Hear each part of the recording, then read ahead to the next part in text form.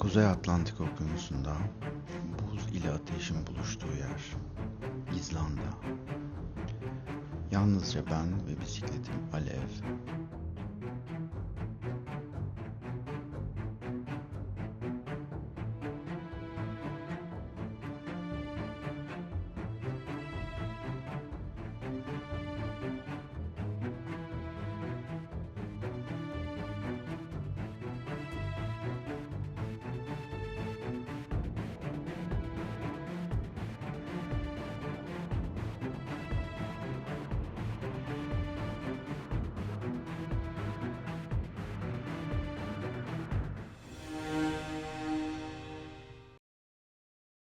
Üçüncü gün.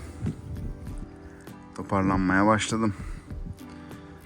Bugün yine bir 80 kilometre yol var. Ve maalesef yani herhalde ilk yarısı bayağı bir kafadan rüzgarla, headwind'le geçecek.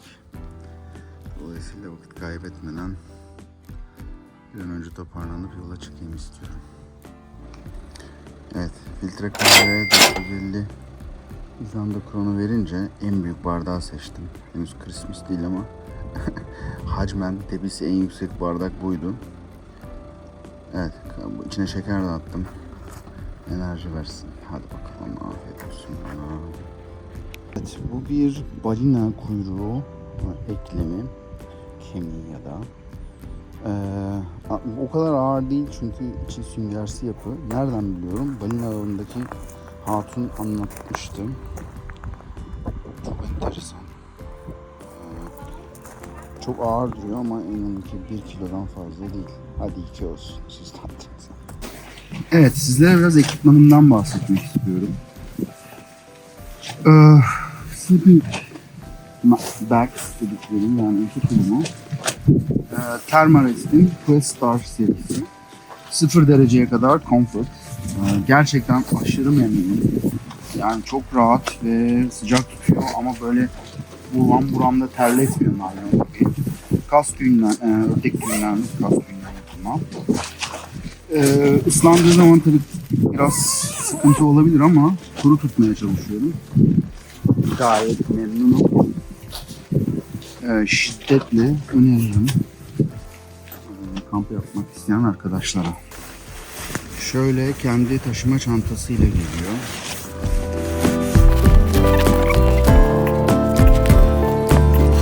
Kendi çantasının kompresyon bantları var. Yani gerçekten yer kaplaması için aşırı önemli.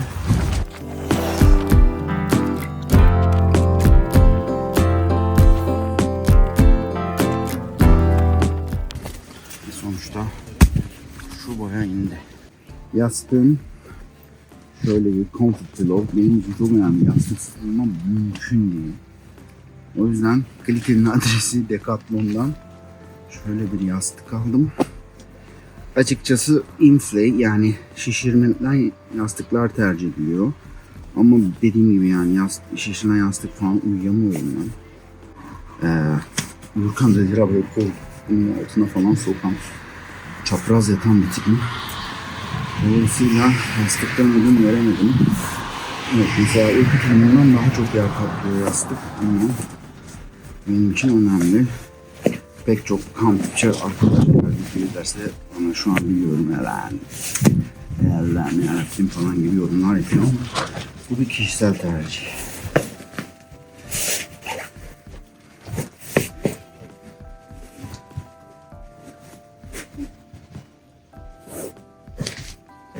Evet.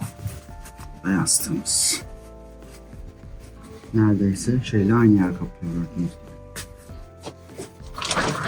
Yani şu uyku tulumu bu yastık. Evet, bütün hazırlıklarım tamam. Yola çıkıyorum. Ben Borges'e doğru gidiyoruz. 41 kilometre. Daha önce söylediğim gibi full karşıdan headwind alacağım. Biraz zor bir yolculuk olacak. Hava muhteşem, yani sıcak 14-15 derece ama rüzgar. Evet, Yani bu problem bu. Cyclops gözlüklerimi taktım Salih'cim. Kulaklarım çınlasın. Tam sende gözlük kardeşim. So, let's go.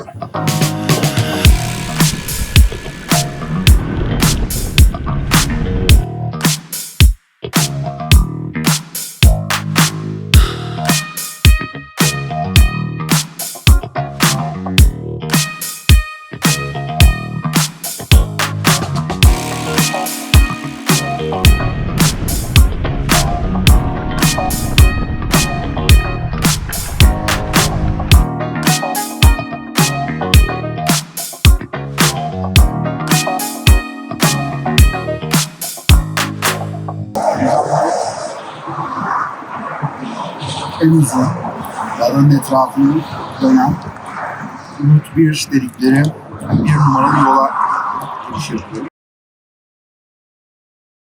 Yapımı 1974'te tamamlanan 1322 kilometrelik uzunluğu ile İzlanda'nın ve Avrupa'nın en uzun ring yolu. Bu yol üzerinde 2 nokta hariç bisikletle seyahat etmek serbest. Yasak olan ilk bölüm Reykjavik'in kuzeybatısında bulunan ve denizin altından giden Hvalfjordur tüneli. Diğeri ise Akureyri'nin doğusunda bulunan Vallaheedi tüneli. Uzunluğu, derinliği ve şerit darlığı nedeniyle bu iki tünelde bisiklet ile seyahat etmek yasak. Bizzat denemedim ancak denemeniz durumunda polis eskortları eşliğinde tünelden çıkartılıp ceza yiyeceğiniz söyleniyor. Şelaleleri, volkanları, buzulları ve siyah kumlu plajları birbirine bağlayan, manzaranın hava durumundan bile hızlı değiştiği bu yol büyüleyici. Ancak Valla Route 1 yol 1 süper acayip trafik var ve yani 90 kilometre ile falan gidiyor arabalar ve yani süper riskli, açıkçası bayağı stresliyim. Şu Route 1'den Borgarnes'e girmeden Route 1'den ayrılmış olacağım. Şöyle göstereyim. Bu araba şu emniyet şeridi yok. Yani şu daracık beyaz şerit çizgisinin üzerinden gidiyorsun. Ve yani İzlanda sağ olsunlar, yani böyle araba sollarmış gibi geçiyorlar, yani diğer şeride geçiyor ama karşıdan araba geliyorsa mecburcu yakınından geçiyor, yavaşlıyor falan ama herkes de İzlandalı değil, turistler de var burada. Bazı lambur geçiyor. Bir de rüzgar çok. Rüzgarın olmasının şöyle bir dezavantajı var. Rüzgara yattığınızda yandan bir araba geçtiğinde rüzgar dengesi bozuluyor ve bayağı savuruyor. Yani incecik emniyet şeridi. Emniyet şeridi yok yani. İncecik şerit çizgisi. Sağa gittiğin zaman takla. O yüzden Route 1 kimseye tavsiye etmiyorum. Mümkün mertebe özellikle güney tarafında. Belki kuzeyde daha tenhadır. Kullanılabilir ama güneyde bayağı trafik var ve kimseye tavsiye etmiyorum. Şu karşıda gördüğünüz yerde Borgarnes. Oraya gidiyoruz. Ön lastiğe asfalt ama ıslak, yani işler olmuş asfalt başlığı. Taş, toprak ne varsa topluyor lastik. İşte onu temizlemeye çalışıyorum şu anda. Eller bitti, boyacı gibi oldu.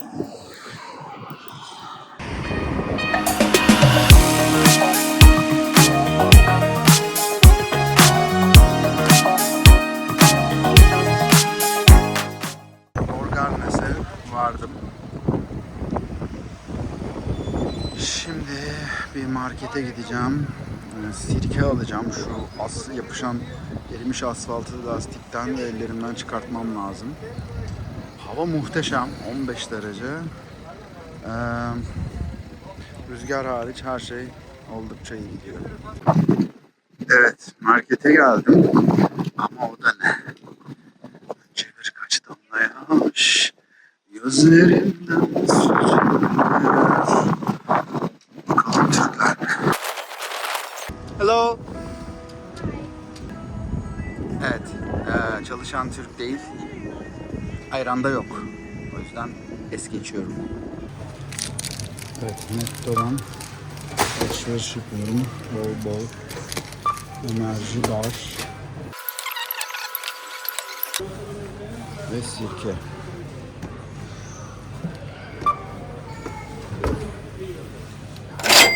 Toplam 5467. Evet, 3 gün sonra düzgün yemek yiyeceğim. Bir tane Dirty Burger diye bir burger buldum. 2690 pound hamburger mi? Cheeseburger mi? Güzel gözüküyor.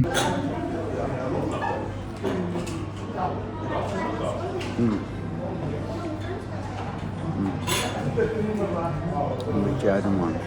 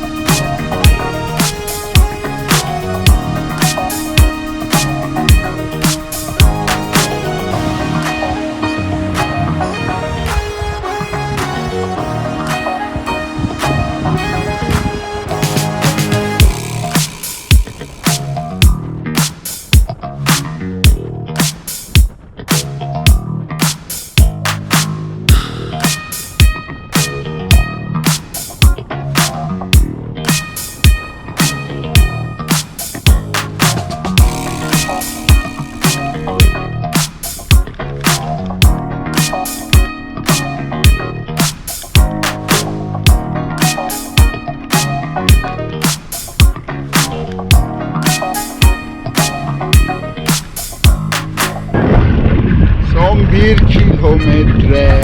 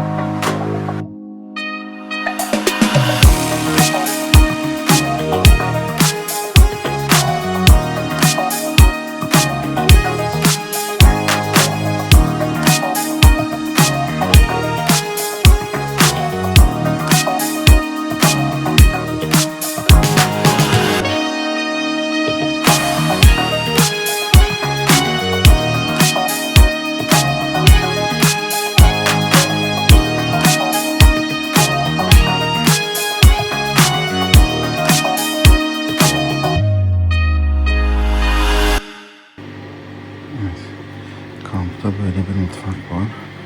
Burada bedava şeyler var. Diğer kampçıların bıraktığı. Makarnayı gözüm kesti, gözüm döndü. Bir ketçaplı makarna. Öğrenci işi. Gariban. Gariban sofrasına hoş geldiniz. Vallahi sıcak bir şey girecek yani. Bugün gerçi burger yedim ama yine de akabinde acıktım. Hadi bakalım. Yemek, duş, tumba.